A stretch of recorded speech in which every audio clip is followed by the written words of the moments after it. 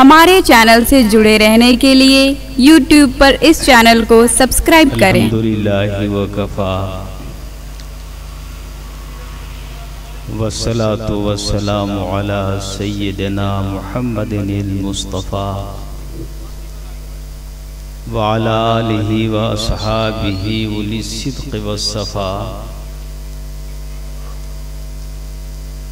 अम्मा बाद फ़अऊज़ु बिल्लाहि मिनश शैतानिर रजीम।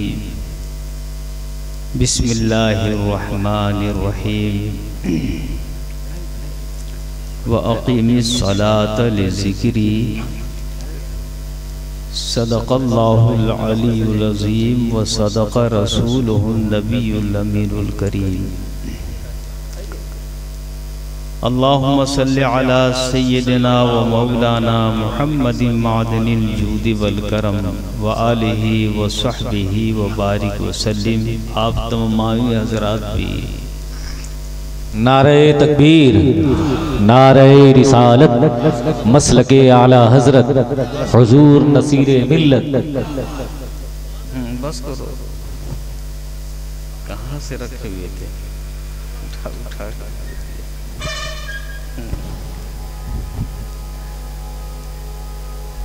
देखो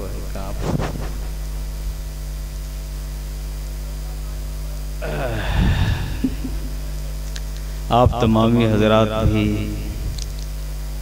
निहायत ही अदब व एहतराम के साथ अपने आका मदनी ताजदार दो आलम के मुख्तार अहमद मुज्तबा मोहम्मद मुस्तफ़ा सल्लल्लाहु अलैहि वसल्लम की बारगाह अक़दस में दरूद शरीफ की नज़र पेश करें। सब लोग दरूद शरीफ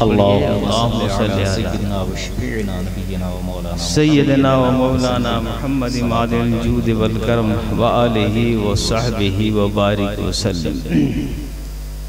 हज़रात गिरामी, रेणुकूट जो सीरतुन नबी कमेटी का शानदार जलसा हर साल यहाँ मुनक़िद होता है और अल्लाह का शुक्र है कि इस साल हिंदुस्तान के बहुत ही मशहूर मारूफ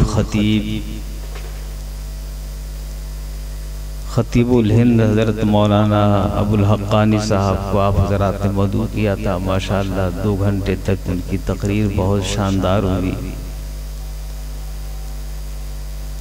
और मुफ्ती महमूद अहमद साहब बरकाती तो आपके घर के मुक़र्रिर हैं, लेकिन माशाअल्लाह बहुत ही शानदार उनकी खिताबत होती है। बहुत काम और ज़रूरत की बातें वो बताते हैं। अल्लाह का शुक्र है कि आपने जलसे के इब्तिदाई दौर से लेकर अभी तक सुनने और सुनाने का माहौल रखा और दुआ है कि आप अपने दामन में कुछ यहाँ से लेकर जाएं, है ना। दरूद शरीफ पढ़िए। अल्लाहुम्मा सल्लि अला सय्यिदिना मौलाना मुहम्मदिन मादिल जूदि वल करम व आलिहि व सहबिहि व बारिक व सल्लम। हमारे भाई जो कुर्सी पर तशरीफ़ रखते हैं, ज़हमत करके इधर तशरीफ़ ले आए तो ज़रा अच्छा लगेगा। सब लोग तशरीफ़ ले आइए। अब सब लोग मिलकर झूम झूम कर सलातो सलाम पढ़ने का टाइम आ रहा है, इसलिए सब लोग अब करीब आ जाइए, है ना। और जाने का इरादा मत कीजिएगा जब तक के सलाम और दरूद न हो जाए और दुआ न हो जाए, उस वक्त तक आप सब लोग तशरीफ़ रखें। आइए। ए भाई, मोबाइल बंद करो ना। मोबाइल शरीयत में फ़ोटो बहुत ज़रूरत से जायज़ रखा है, बहुत ज़रूरत से। हज के लिए हमारे मुफ्तियाने कराम ने फ़ोटो को जायज़ किया है। हज का इरादा कीजिए, हज का पासपोर्ट बनाइए, अपना फ़ोटो उसमें लगवाइए, है ना, ये जायज़ है। और इसी तरह शनाख्ती कार्ड, जिसको आई कार्ड आप लोग कहते हैं, शनाख्ती कार्ड, पहचान पत्र, उसके लिए भी फोटो को जायज़ रखा है हमारे उलमाए किराम ने। और बंदूक लाइसेंस, इसी तरह के कुछ कारोबारी लाइसेंस के बगैर फ़ोटो के वो लाइसेंस मिल ही नहीं सकता है और हम कारोबार नहीं कर सकते हैं, तो उसके हद तक जो है फ़ोटो जायज़ रखा है। और बाकी जो शादी ब्याह में आप लोग फ़ोटो खिंचाते रहते हैं, अब बड़ी मुश्किल है, न चाहते हुए भी आप लोग फ़ोटो जो है वो खींचते हैं और उसको शाये करते हैं, तो इसका गुनाह आपके सर पड़ेगा। समझ गए? बहुत ये फोटो बहुत राइज हो गया है, मर्दों में भी राइज है, औरतों में भी राइज है। और हालम यह है कि लोग जाते हैं हाजिरी के लिए अजमेर शरीफ। मकसद क्या है? वहाँ दरबार ख्वाजा से भीख लेने के लिए जाते हैं, उनसे अर्जी अपनी पेश करने के लिए जाते हैं, मगर वहाँ दुआ के लिए हाथ उठाएंगे और फ़ोटो खींचने वाले को बुलाकर कहेंगे मेरा फ़ोटो खींचो और ये जो है हमारे घर भेज दो। समझे कि नहीं? तो अब ये सब चीज़ें क्या है, हकीकत से बहुत दूर हो जा रही हैं और एक तमाशा और खेल बनता चला जा रहा है। फोटो खिंचाना कितना बुरा है, मैं हुजूर हाफिज मिल्लत की जिंदगी बताऊं। समझ गए? सरकार हाफिज मिल्लत बहुत ज़माने से अब हज के लिए कोशिशें कर रहे थे, और जब हज उनके ऊपर फ़र्ज हुआ तो उसकी अदायगी के लिए कोशिश कर रहे थे कि अल्लाह पाक हमें इसकी तौफीक अता फरमा दे कि मैं बगैर फ़ोटो के मदीने शरीफ जाऊं, हज कर लूं। बस में नारे सारे उलमा ने फतवा दे दिया है हज के लिए फ़ोटो खिंचाना जायज़ है, सारे उलमा। और उलमा भी खिंचाते हैं हज करने के लिए, उलमा भी खिंचाते हैं, पासपोर्ट पर अपना जो है फ़ोटो लगाते हैं, तब हज के लिए जाते हैं। बगैर उसके एक इस मुल्क से दूसरे मुल्क में बगैर पासपोर्ट के आप जा नहीं सकते हैं, और पासपोर्ट बगैर फ़ोटो के नामुकम्मल होता है, उसकी कोई सुनवाई नहीं होती है ना। हाफिज मिल्लत अपने शागिर्दों को जो हज के लिए जाते थे फरमाते थे कि जाकर आका के दरबार में मेरा सलाम पेश करना। समझ गए? अब सोच सकते हो कि एक नबी का एक आशिक और नबी का एक चाहने वाला कैसा है कि वो सलातो सलाम के नजराने अपने शागिर्दों से उलमा के जरिए वहाँ भिजवाता है कि सरकार के दरबार में हाजिर होकर मेरा सलातो सलाम पेश करना, और अर्ज ये करना कि हुजूर ज़ाहिरन में तो हाकिम बहुत है और बादशाहत किसी की है, और हकीकत ये है कि सारे जहान की बादशाहत अल्लाह ने आपको अता की है। आप मालिक हैं और हाकिम हैं, आप चाहेंगे तो इंशाअल्लाह अब्दुल अजीज बगैर फोटो के आपके दरबार में आ जाएगा। सुभान अल्लाह, क्या यकीन पुख्ता था, क्या ईमान उनका कैसा रोशन था, कितना मुस्तहकम था। फरमाते हैं कि आप अगर चाह लेंगे तो अब्दुल अजीज बगैर फोटो के आपके दरबार में आएगा। और आगे का जुमला सुनिए क्या फरमाते हैं, हुजूर मैं नहीं चाहता हूं कि आपके दरबार में हाजिर हो जाऊं तो गुनाह का काम कर के आऊं। अल्लाह अकबर। आप सोच सकते हैं फोटो को अब भी हाफिज मिल्लत नाजायज समझते थे। आम लोगों के लिए जायज था, मगर अपने लिए हाफिज मिल्लत उसको जायज नहीं समझते थे। ये तकवा का मकाम है, ये उनकी बुजुर्गी का मकाम है, उनके एहतियात का मकाम है। तो फरमाते हैं कि मैं नहीं चाहता हूँ हुजूर कि आपके दरबार में आऊं और गुनाह का काम करके आऊं, क्योंकि असल में फोटो खिंचाना तो हराम ही है। उलमा ने जरूरत की वजह से जायज कर दिया है, समझ गए? उलमा ने जरूरत की वजह से, हज एक जरूरत है, फर्ज की अदायगी की जरूरत है, और इसी तरह से दीगर कानूनी ज़रूरतें हैं, ज़रूरत के लिए उलमा ने जायज़ रखा है। मगर असल में तो आपने उसको हराम करार दे दिया है, तो असल तो हराम ही है। जब हराम है तो आपके दरबार में ये हराम वाला काम करके मैं नहीं आना चाहता हूँ। हुजूर मुझको बगैर फोटो के बुलाइए।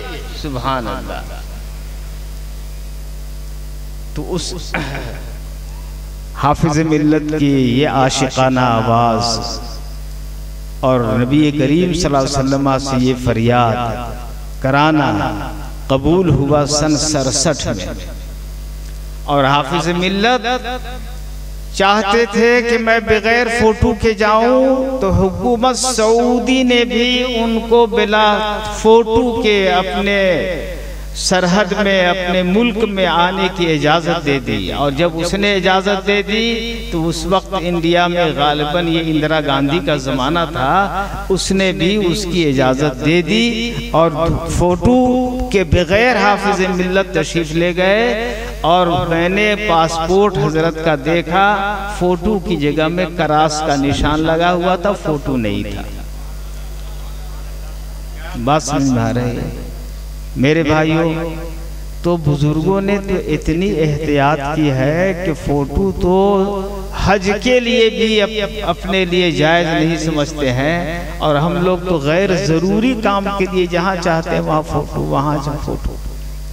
समझ गए? याद रखिए कि हाफिज मिल्लत वो अल्लाह वाली शख्सियत है, वो फकीर वक्त हैं। आप फकीर का माना ये मत समझिएगा जो गली कूचे में घूमते हैं वो फकीर हैं। जो अल्लाह वाले होते हैं, फकीर के माना मोहताज, यानी सारी कायनात से अलग थलग होकर सिर्फ अल्लाह के वो मोहताज होते हैं। और हमारे उलमा ने फकीर के माने को शरह किया है कि फकीर में कै लफ्ज़ है, कै हर्फ है? 4 हर्फ हैं। फे है, काफ है, ये है और रे है।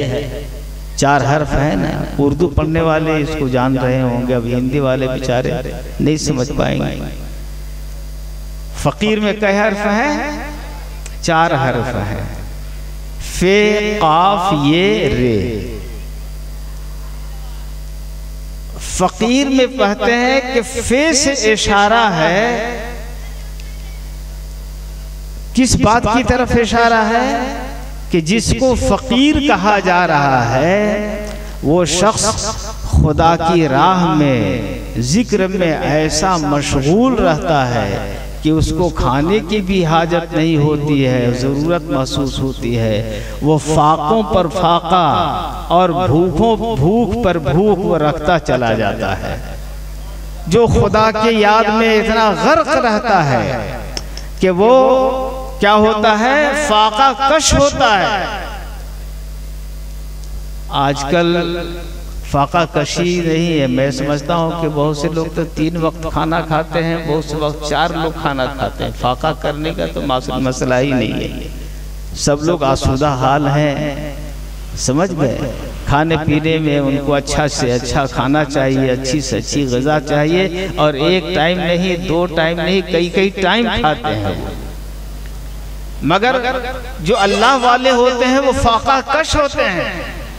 उन्हें खुदा की याद में भूख और प्यास का एहसास नहीं होता है। जब फाका कशी उनकी तबीयत में आ जाए तो समझ लेना वो अल्लाह का फकीर है। समझ गए? हाफिज मिल्लत की शान क्या थी? सुभान अल्लाह। आखिरी उम्र में सन 62 में मैं उनकी खिदमत में हाजिर हुआ और सन 76 तक आपके विसाल शरीफ तक आपकी खिदमत में रहने का मुझे नियाज हासिल हुआ है। मैंने हाफिज मिल्लत को देखा कि जब पढ़ा कर आते अपने घर में तो हाजी सलामतुल्लाह साहब यहाँ से खाना हजरत का आता था, वहीं खाना पकता था हाफिज मिल्लत का। हजरत की फैमिली वहाँ नहीं रहती थी तो 2 रोटी आती थी और थोड़ा सालन आता था। हाफिज मिल्लत 1 रोटी खाते थे और 1 रोटी में 2 टुकड़े करके 1 टुकड़ा चिड़ियों को खिलाते थे और 1 टुकड़ा जो है जो आपके दरवाजे पर कुत्ता बैठा रहता था उसको खिला देते थे। और सिर्फ कितना खाते थे? 1 रोटी।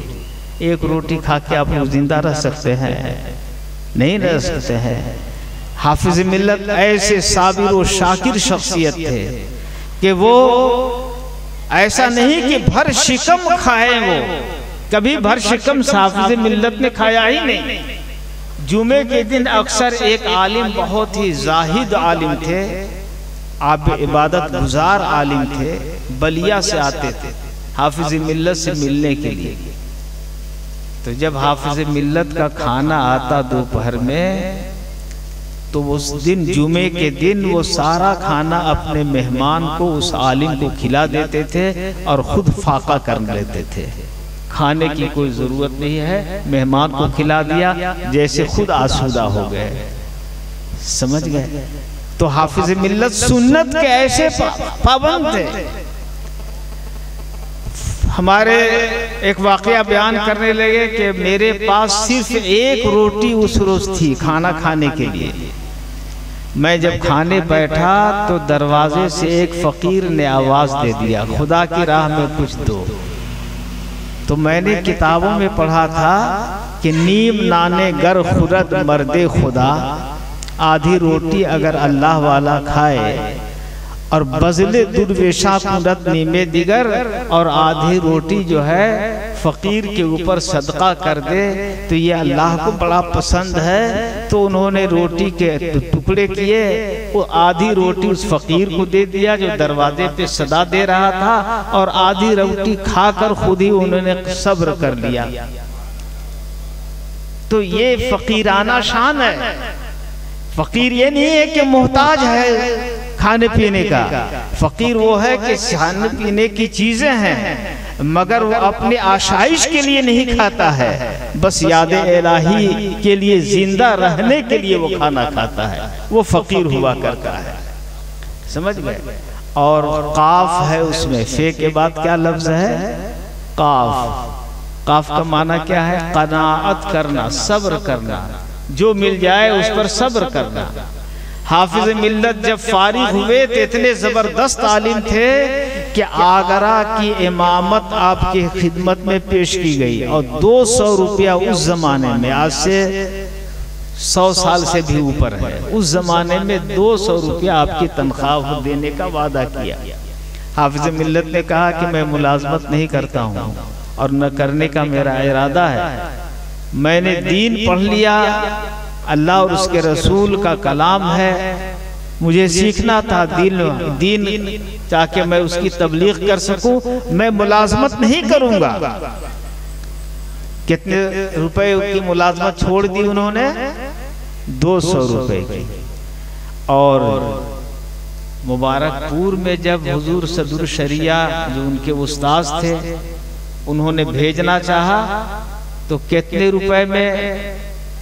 फरमाया कि जाओ मुबारकपुर में दीन की खिदमत के लिए मैं भेज रहा हूँ और मैं बाहर रह गया, मेरा जिला खराब हो रहा है, बदमजहबी वहाँ फैल रही है, जाइए आपको वहाँ तबलीग करना है, दीन की खिदमत के लिए भेज रहा हूँ और ये न देखिएगा कि आपको क्या मिल रहा है। जब वहाँ पहुँचे तो हाफिज मिल्लत की तनख्वाह मुकर्रर हुई 35 रुपया। कितनी मुकर्रर हुई? 35 रुपया। हाफिज मिल्लत उसी 35 रुपए को लेकर सब्र किया उन्होंने, ऐसी कनात थी। 200 की ठुकरा दी, कभी जुबान पर शिकवा नहीं आया कि मैं 200 की तनख्वाह छोड़कर यहाँ आया हूँ और मुझको 35 रुपया तुम दे रहे हो।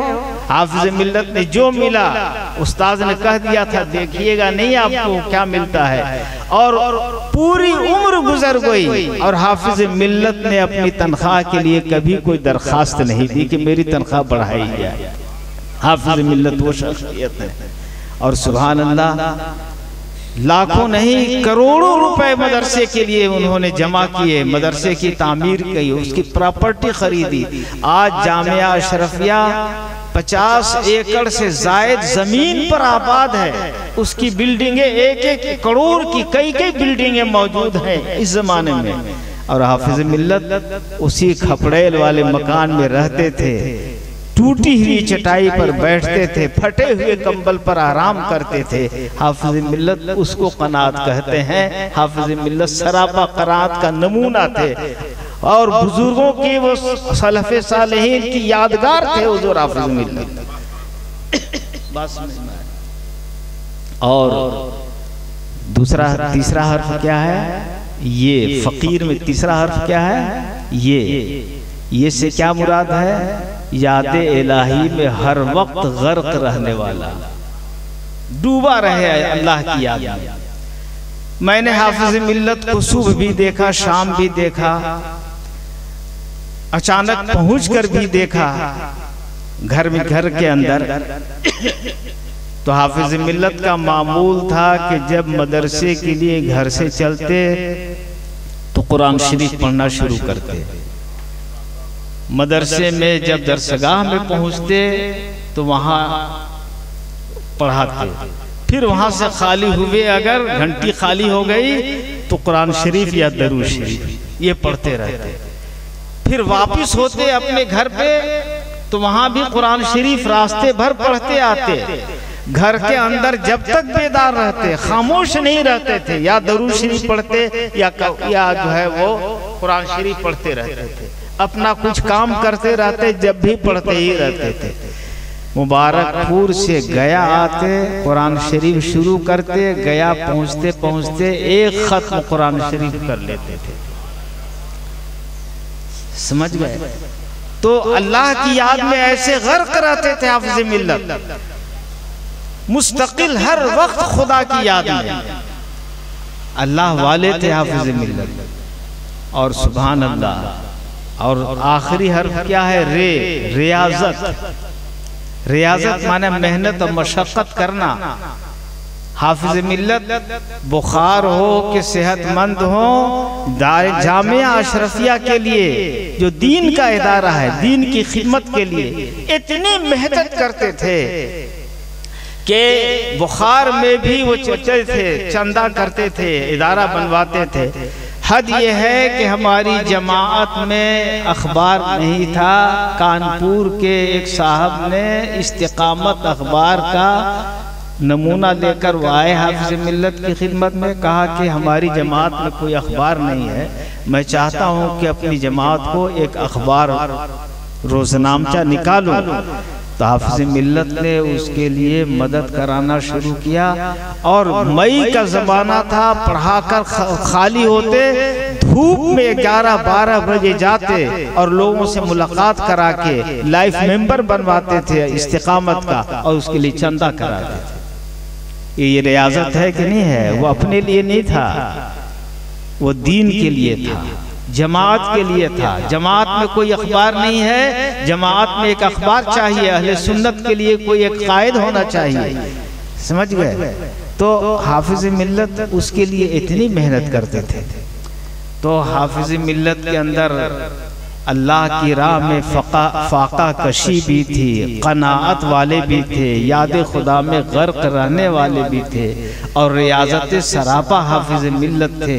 तो इसलिए फ़कीर का लफ्ज़ उनके लिए बिल्कुल हर्फ बहर्फ के मिस्दाक थे हुज़ूर हाफिज मिल्लत।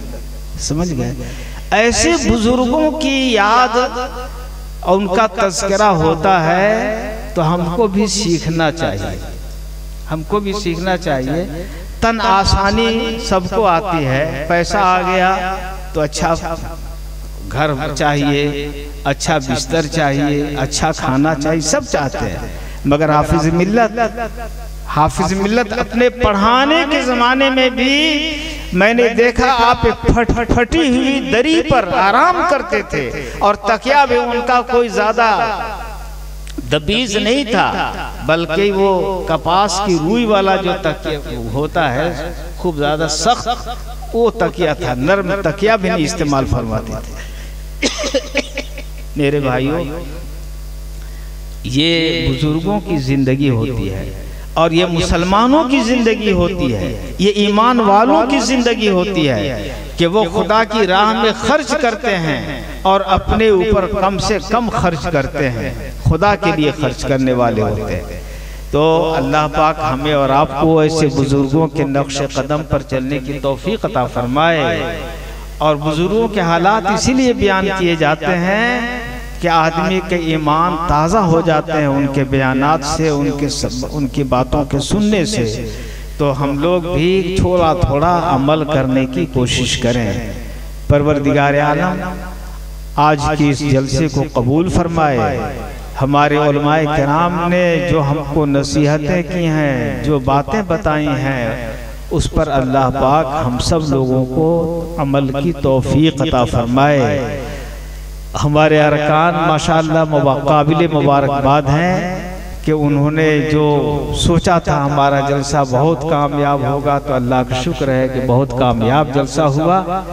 और अब मेरे ख्याल में अज़ान का वक्त भी करीब है, सलातो सलाम के लिए सब लोग खड़े हो जाएं।